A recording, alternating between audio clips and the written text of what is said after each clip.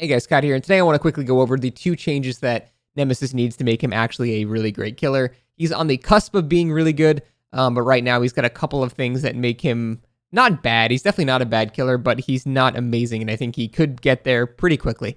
So the first one is a pretty unanimously agreed upon change.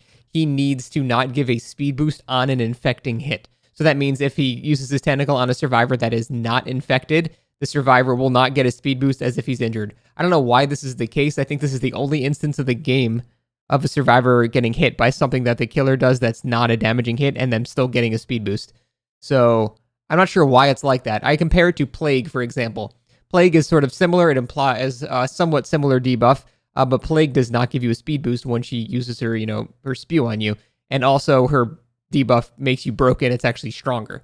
So Plague's debuff is stronger, and yet you're penalized for it less compared to Nemesis. It doesn't make any sense. Also, it's way easier to hit Plagues because you can adjust it as it's going. There are add-ons that make it even stronger. Nemesis is hard to hit, short range. It doesn't really make any sense that Plague doesn't get a speed boost when she hits people with that, but Nemesis does. So I think that's the first main change we need to make. I don't think that'll make him overpowered at all. I just think that'll make it so people don't have 3 health states because as a lot of people have been testing, the amount of time you can gain by just holding W and having to get hit 3 times by a tentacle like at the start of the game, you can waste almost a minute of Nemesis's time just holding W, not using a single pallet, tile, or anything. You just hold W because he has to hit you 3 times. That is problematic, and people are beginning to quickly realize that that's all they have to do when they get hit by it. It's just don't try to loop, just run. And then you get hit again, then you just run again. You just keep going straight. Then you get to a loop, and then, then you're in trouble. But by then, you've wasted almost a minute of his time by doing nothing. So that's pretty problematic. That needs to change to make him a good killer. That's, I think, the most important part. With that, I think he'll, just with that alone, he'll actually be a pretty damn good killer, and I look forward to playing him. I'd say the other really main thing that's problematic with him is his over-reliance on mutation rate add-ons. We said this in the PTB. They didn't adjust it for whatever reason.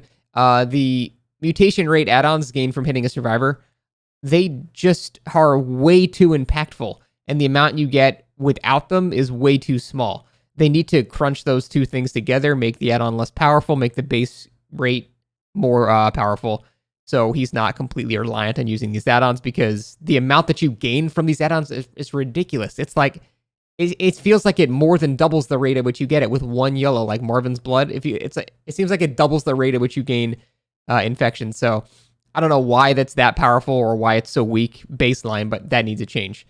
I think that's it. I think that's really the 2 main changes that he needs. There are a couple of other quality of life things that I think would make him a lot more pleasant to play. Zombie AI definitely needs to be looked at. It's been very jank lately. And, aiming his stuff is still kind of weird, but on the one hand, I kind of respect it too, because I think the killer actually has quite a skill cap, because it comes out fast, but the survivor can react in time, and you need to be able to quickly flick your aim within like a quarter of a second. So I think it actually rewards like kind of skill shots, which is, I think I like that. It's going to take a while to get good at it, and I don't think there's anything wrong with that. That's what I love in a killer. So I think that part is actually okay.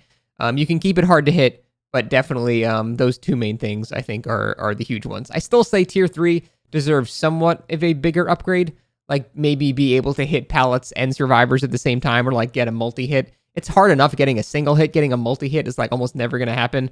So I think that would be a fair upgrade for Tier 3, but not required. He's still pretty good, even just with the baseline. But yeah, those 2 main things, I think, will make him a good killer. Right now, he's just decent, and I would love to see Nemesis from Resident Evil be more than just decent, But other than that, I think that's it. Thanks for watching, guys. See you next time.